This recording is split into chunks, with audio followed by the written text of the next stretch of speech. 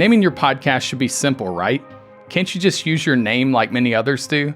But then again, maybe you want something more original, something that's catchy, that will stand out. Naming a podcast doesn't have to be difficult, but it does deserve some thoughtful attention.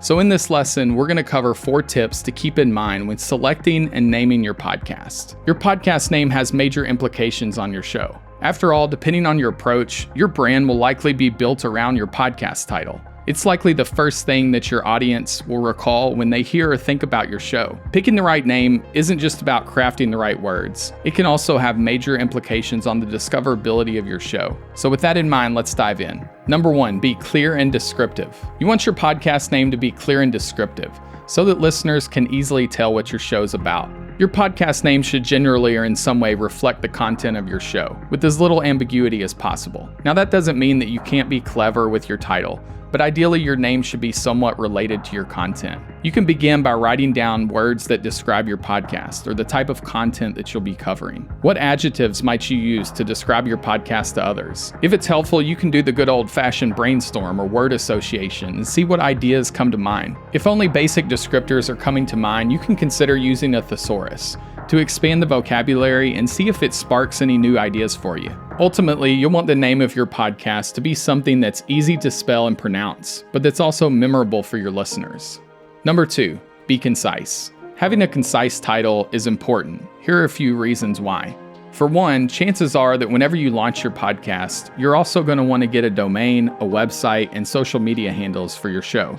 A long name means that you'll have long URL or social handles that can make it hard for your listeners to find you online. Also, if you plan to create an email using your domain, a long name can lead to long email addresses that are hard for people to remember or type in. The name of the show will also be used for the branding around your podcast, which includes your website, visual branding, and show artwork. A long name can create challenges for you, especially whenever it comes to your podcast artwork and how it'll show up on thumbnails and directories. These thumbnails often appear small, especially whenever being viewed on mobile. Ideally, you want your show name to be as large as possible on your artwork, but also you don't want it to feel too cramped. For this reason, I typically suggest that you keep your show name to 4 words or less, if at all possible.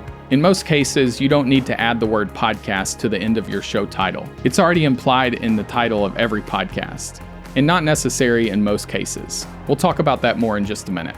Number 3, be unique.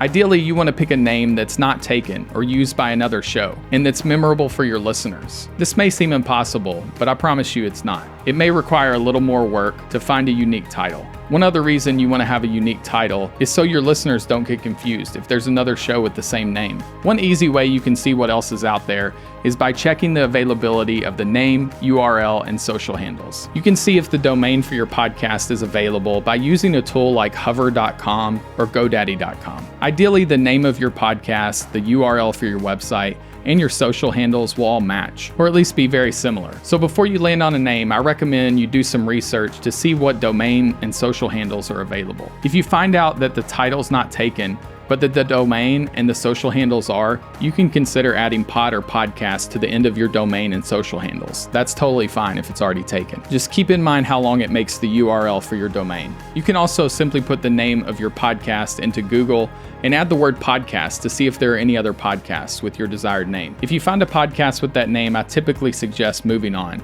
But if you are set on that name, you can consider trying to make some variations of it or see if the show is still active. If it's not, you can consider contacting the host or network behind the show. Number 4, be discoverable. Being discoverable is how new listeners are going to find your show. Now, you may already have a large audience or big email list that you can leverage, and if so, that's great and will definitely work to your advantage. But considering that over 40% of listeners report that they find new shows by searching directly on their preferred listening platform, we want to take this into consideration. One strategy that can help you stand out in the podcast directories is by incorporating a popular keyword into your title. Now, with that being said, don't feel like you have to stuff a keyword into the title of your show. But with your ideal listener in mind, I want you to ask yourself, what might they be searching into their podcast app if they were looking for a new show on your topic? If there's a popular keyword related to your topic, consider adding it into the name of your show. One quick way you can gauge keyword popularity is by simply searching the term or topic into Google.